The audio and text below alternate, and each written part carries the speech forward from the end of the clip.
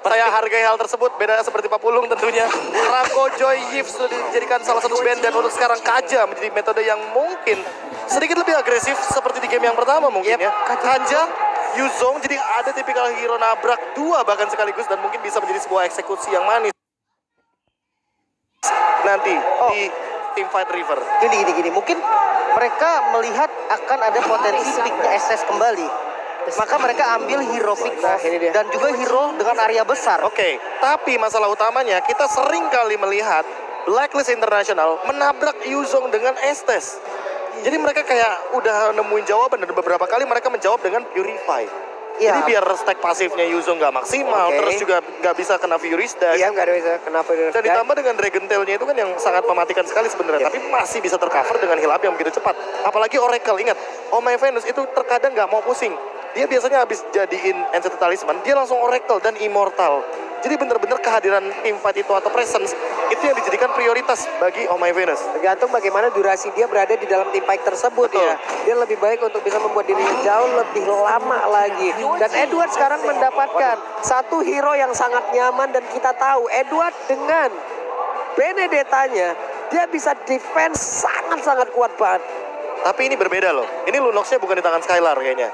Dengan pick yang ketiga, ini akankah menuju kepada Clay dengan item Necklace of Durance juga masih dengan item yang sama? Karena ini bedanya. Ketika Necklace of Durance ada di tangan Valentina dan di tangan Lunox, ini kan pasifnya berbeda.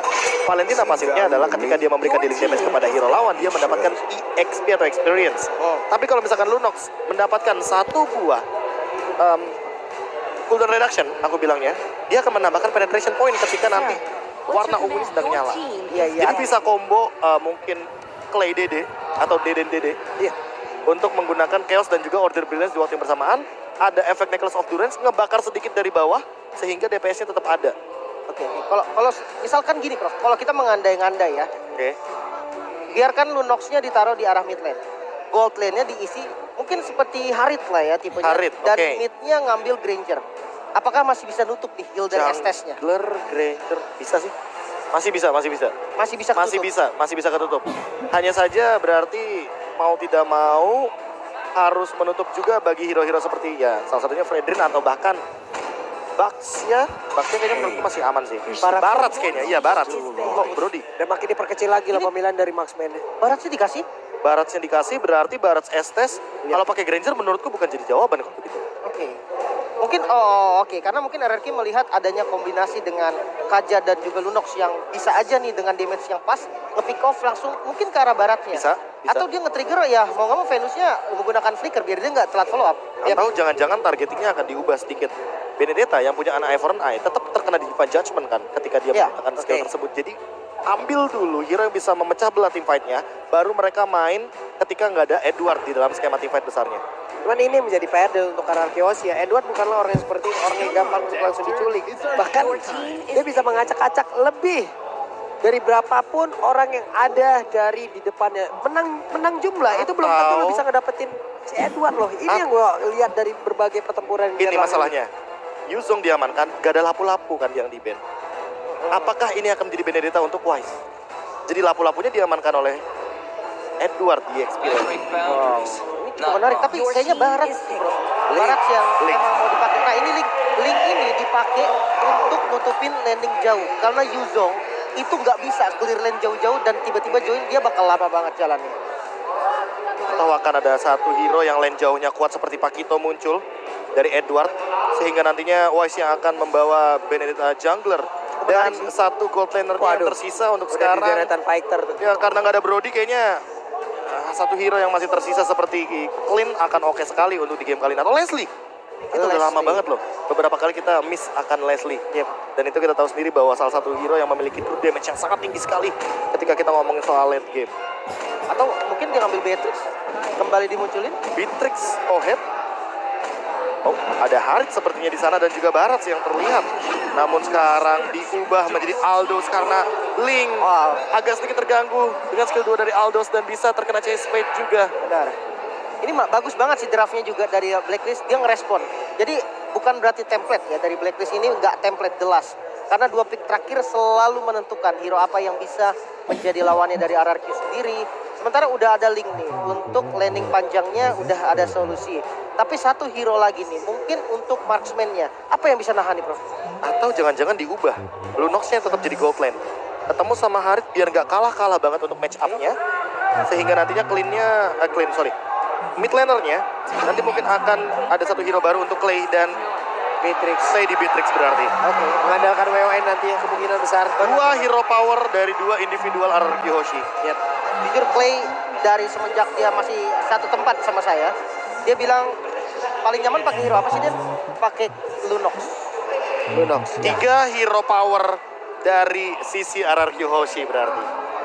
Menarik banget sih, dan ini harus all in banget di sini karena bisa dibilang ini match point juga untuk penentuan dari RRQ. Kalau memang misalkan dia nggak berhasil untuk nyamain kedudukan, maka harus turun ke lower bracket, bukan dieliminasi ya. Jadi teman-teman turun lewat lower bracket. Dan ya. tetap itu bukanlah hal yang mungkin kita harapkan, Ya. tapi tetap akan kita dukung siapapun perwakilan dari tim Indonesia untuk berlaga di ajang M4 World Championship saat ini. Oke, ini dia nih yang di outdoor. Kita mau minta tepuk tangan dan juga semangat. Jadok dulu itu, hey.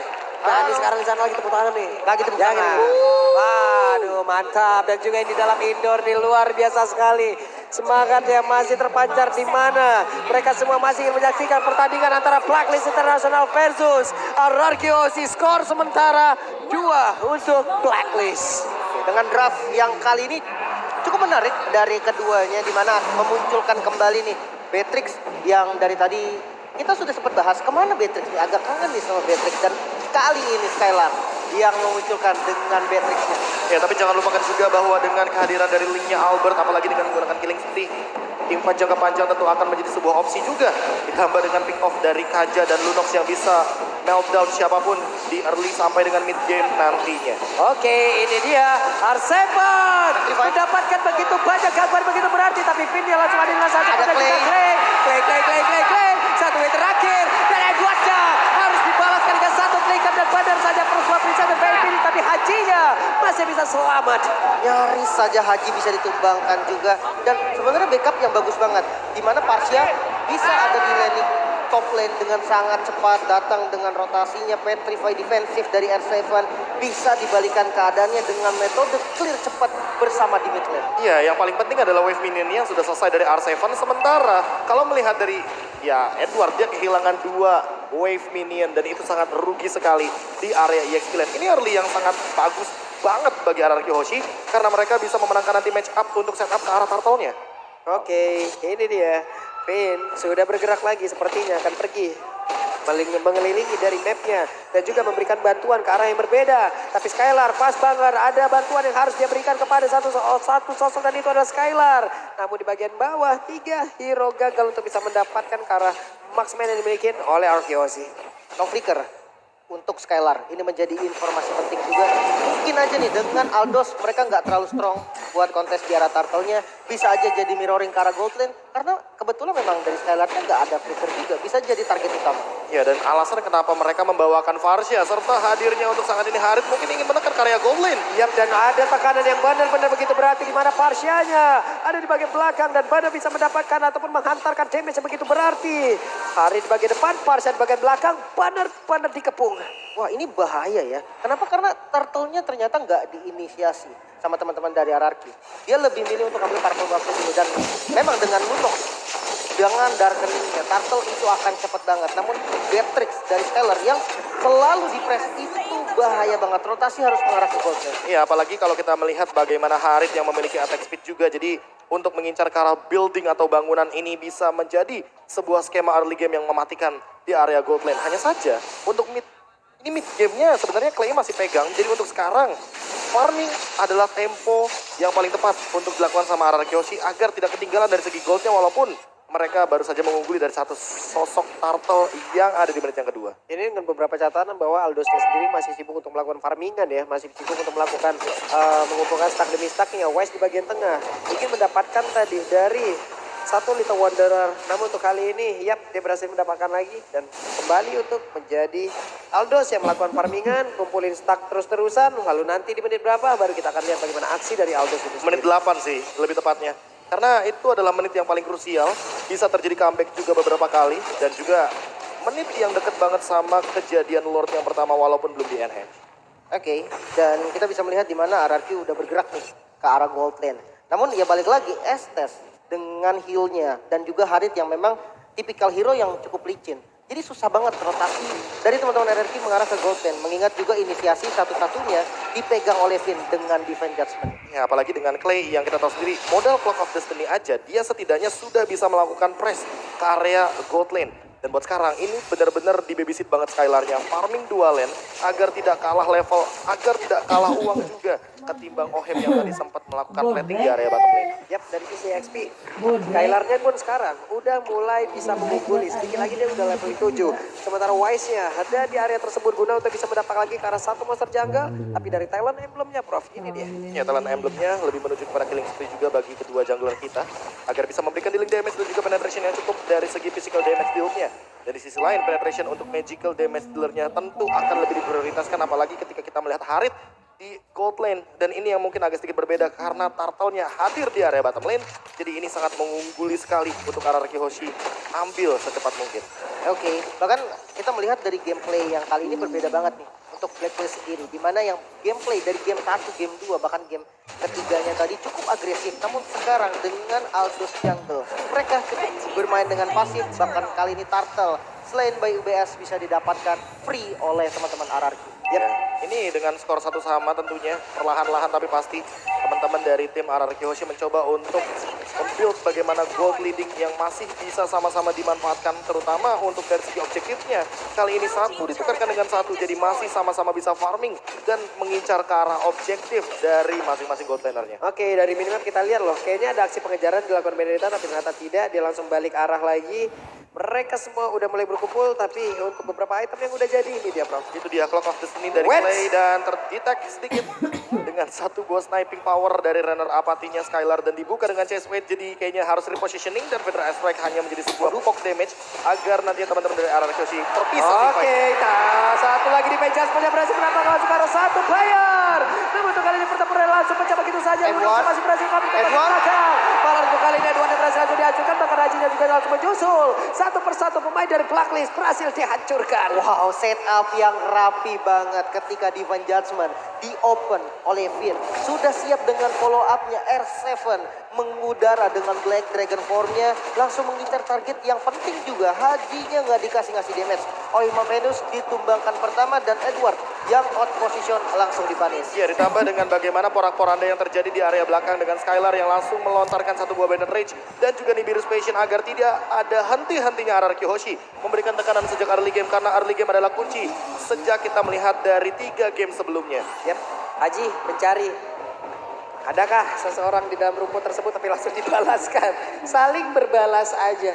Mereka belum bisa dipertemukan di dalam landing tersebut. Bahkan Venus juga ikut-ikutan berada di area tersebut. Hanya saja untuk kali ini ada lagi Federal langsung dikeluarkan. Finn mencoba mengeluarkan Ring of Order-nya tapi tidak kena ke arah siapapun. Bahkan barusan ada Renner Apati menyusul pula tidak kena ke arah siapapun. Ya, bahkan Turtle yang ketiga ya, kali ini Turtle ketiga bisa menjadi nih perfect Turtle untuk teman-teman dari RRQ, mengingat setup yang dilakukan dari teman RRQ juga simple banget, ditarik langsung Edward yang menjadi target pertama, namun masih cukup tanky dan belum bisa ditumbangkan. Langsung ada Aegis dan juga heal out dari Oh My Venus, bahkan belum mengeluarkan ultimate-nya untuk sekarang. Bahkan harus lebih berhati-hati agar tidak kesetir untuk Turtle yang ketiga karena 2-1 semenjak tadi menit yang kelima. Oke, ada Albert kali ini di area tersebut. Belum lagi seluruh pergerakan dilakukan oleh pemain dari Blacklist International, berhasil untuk mengusir mundur beberapa pemain dari Akiosi dan juga R7 masuk ke tengah-tengah pusaran defense yang dimiliki oleh Blacklist International. Satu berhasil dihancurkan dan Venus adalah satu salah utama, bahkan 2 orang double kill. Edward berhasil langsung dihancurkan. Albert kali ini udah mulai berkilah dan juga Turtle-nya akan segera didapatkan tanpa kekuatan yang berarti harusnya. Ini dia RRQ bermain dengan temponya mereka. Mereka nggak mau lagi nih ketinggalan Turtle, bahkan perfect Turtle. Turtle selain by UBS Gold diamankan kembali oleh RRQ. Gak cuma Turtle tapi juga invasi jungle yang berhasil diamankan. Untuk sekarang level dari Albert juga akan perlahan-lahan lebih tinggi lagi ketimbang Wise.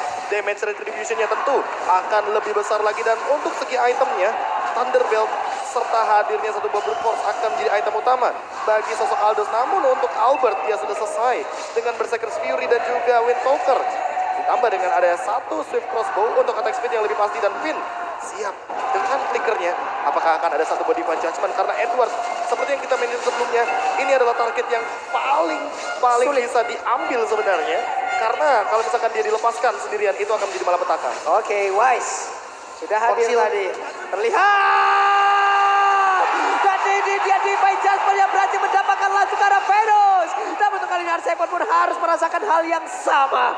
1-1, tapi Venus menghilang. Satu poros utama defensif dari Blacklist. Iya, kunci dari Blacklist yang langsung di pick off dengan metode konsilnya tadi. Sebenarnya bagus ketika chase fade dari Aldosnya Wise itu udah di cancel. Otomatis hype-nya udah mulai ketutup lagi. Dan momen itu yang dimanfaatkan oleh Finn untuk counter initiate, bro. Iya, apalagi dengan menggunakan flicker yang sangat selalu siap dilakukan oleh Finn. Apalagi dengan pull up yourself together yang hadir dari emblem sosok Kaja untuk satu ini. Oheb selesai dengan Feather of Heaven. Secepat mungkin RRQ Hoshi harus tetap menekan permainan dari Blacklist International. Jangan sampai nanti setelah Oheb selesai dengan concentrated energy, gamenya akan dikembalikan karena untuk pick off. Kita tahu sendiri, semakin late game, chance-nya, kemungkinannya bakal semakin kecil. Oke, Albert begitu mendominasi untuk berada di area tersebut dan purple buff-nya kembali berhasil diambil. Coba lihat, Venusnya akan maju dan Edward akan menjadi orang terdepan untuk bisa mencari di manakah main-main ataupun mempertahankan defensifnya agar pemain Arkeosi tidak bisa masuk. Dan yang menarik kali ini Wise ternyata, Prof, yang ditugaskan untuk landing jauhnya. Ya, karena mau bagaimanapun Aldos adalah satu sosok yang bisa menyelesaikan wave minion dan juga mempertahankan bagaimana stack yang nantinya akan build up menuju ke arah late game. Dan inilah dia Free Lord yang bisa diamankan oleh teman-teman dari RRQ Hoshi. Sementara di area depan sana Wise mungkin agak sedikit tertinggal, apalagi dengan hadirnya Divine Judgment yang 1, 2, 3 akan hadir. Dan benar saja Divine Judgment mendapatkan langsung ke arah dari Wise. Hanya tersisa 4 orang untuk kali ini. Damage-nya pun pasti cukup karena tadi semuanya ada di sana. Dari segi magical, Clay dengan Lunox penetrasi yang kuat banget. Ada Skylar juga dengan physical damage yang siap untuk nge-follow up. Tumbangnya Wise, ini bisa mati untuk potensi dan Renner Apati. Sakit banget dan ini dia itemnya, bro. Ya, ditambah dengan Demon Hunter Sword untuk menumbangkan bagaimana frontliner dari teman-teman Blacklist International. RRQ Hoshi dengan Skylar untuk saat ini cukup sekali untuk memberikan dealing damage, apalagi attack speed yang tentunya akan menambah power reload dari sosok Beatrix dengan 4 senjatanya. Yap, Lord sesaat lagi akan hadir di area top lane, sementara mereka sudah set up posisi, mereka sudah siap untuk mendobrak masuk. Semuanya sudah di standby-kan. Ada Magic Sentry dikeluarkan, Purple Buff masih memanggil-manggil di bagian belakang. Venus sudah memberikan healing terhadap Haji, tapi Albertnya mengamankan terlebih dahulu terhadap satu Purple Buff yang ada di bagian belakang. Dan sekarang tapi Venus berhasil diajukan kembali, tapi malah Skylar yang mendapatkan hasil yang sama dan nasib yang sama, menghilang pula dan mereka harus reset kembali. Oke, paling nggak satu base turret di bagian top lane sudah dihancurkan. Iya. Minion di bagian atas nggak usah dirapin lagi nih, bro. Ya, apalagi ditambah dengan hadirnya Lord di area top lane akan mendorong Albert untuk menuju ke area bottom lane dengan attack speed yang begitu tinggi tentunya untuk sekarang. Perlahan-lahan 1v1 situationnya tentu Albert lebih diunggulkan, apalagi purple buff ada di tubuhnya. Oke, sementara untuk kali ini Albert sudah berada di area mid pula. Zaman Forza dikeluarkan. Haji berhasil langsung dihancurkan begitu saja, tapi Albert yang langsung berhasil dihancurkan pula. Namun untuk kali ini R7 tetap ada di area tersebut dan tetap mempertahankan ke arah outer turret. Ya, sama-sama basic attack yang begitu tinggi sepertinya, critical damage yang juga masih connect dan juga Windtalker jangan lupa. Itu adalah salah satu item yang ada di tubuh dari Albert serta true damage yang cukup menembus ke arah Oheb. Sesaat lagi mungkin Oheb akan menjadi sebuah masalah karena sepertinya concentrated energy akan menjadi item terakhirnya. Oke, lebih sustain lagi berarti ya. Lebih bisa lama untuk fight nih. Ini yang jadi masalah. Karena mereka punya Estes. Yang kita tahu nih, Estes memang hero durability. Sementara burst damage dari teman-teman RRQ sendiri itu berfokus terhadap satu target. Mereka harus punya solusi untuk ini. Entah split push, entah front to back. Mereka harus cepat temuin itu. Iya, dan sementara di sisi lain kalau misalkan kita melihat dari R7, dia sudah cukup dengan satu buah Hunter Strike karena bisa langsung jump in ke arah belakang. Setidaknya memberikan efek kejut kepada Haji dan juga Oh My Venus agar dia langsung mundur menghindari semua team fight yang ada di tengah-tengah dari teritorial yang akan dibuatkan oleh teman-teman dari RRQ Hoshi. Yap. Ini dia beberapa pemain yang dimiliki oleh Blacklist pun mereka masih stay. Magic Sentry keluarkan lagi, mereka mencari di mana akan pergerakan pemain RRQ Hoshi. Masuk menit 13, Lord pun sudah hadir. Purple Buff. Renner Apati yang masuk ke dalam tubuh dari Haji. Dan Oheb Udah Ditarik. berada di atas tapi ternyata ditarik. Oh my goodness, ditembakin tapi masih ada Aegis dan dirinya masih bisa bertahan. Bahkan untuk kali ini Edward dan langsung aja masuk ke bagian depan. Alito Pedro tapi Skylarnya malah langsung menghilang. Finnya mau pergi ke arah mana tapi Finnya malah menghilang pula. Ada pergerakan di mana mereka berhasil untuk menghilangkan 3 player yang dimiliki oleh Akiosi. Dan Blacklist mendapatkan lagi momentumnya. Dimulai dari satu Divine Judgment, tapi untuk sekarang ingat masih ada Albert dengan Retribution-nya. Dia ready juga dengan ultimate-nya, namun sepertinya Hero akan menjadi salah satu target operasi dari teman-teman Blacklist R7. International. Dan R7 terpick off di area mid lane. R7 pun menghilang, hanya ada what?